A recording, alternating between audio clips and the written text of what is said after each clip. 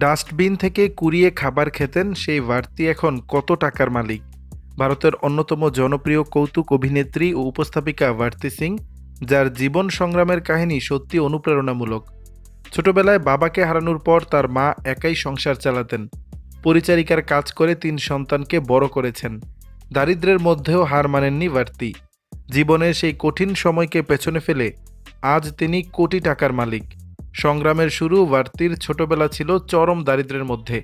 এমনকি খাবারের অভাব এতটাই ছিল যে একসময় তাকে ডাস্টবিন থেকে খাবার কুড়িয়ে খেতে হয়েছিল। কিন্তু প্রতিভা আর কঠোর পরিশ্রমের জোরে ভাগ্যকে বদলে দেন তিনি। Comedy show the great Indian laughter চ্যালেঞ্জে অংশগ্রহণ করে রাতারাতি জনপ্রিয়তা পান। এরপর একের পর এক রিয়েলিটি শো ও স্ট্যান্ড আপ শোতে অংশগ্রহণ করে নিজের জায়গা পাকা করেন। ভারতী সিং এখন একজন সফল কৌতুক অভিনেত্রী, উপস্থাপিকা এবং টিভি ব্যক্তিত্ব।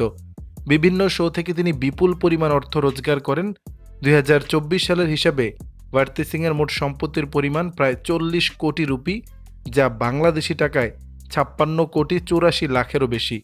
দর্শক, বিষয়টি নিয়ে আপনাদের মতামত জানাবেন নিচের কমেন্ট বক্সে।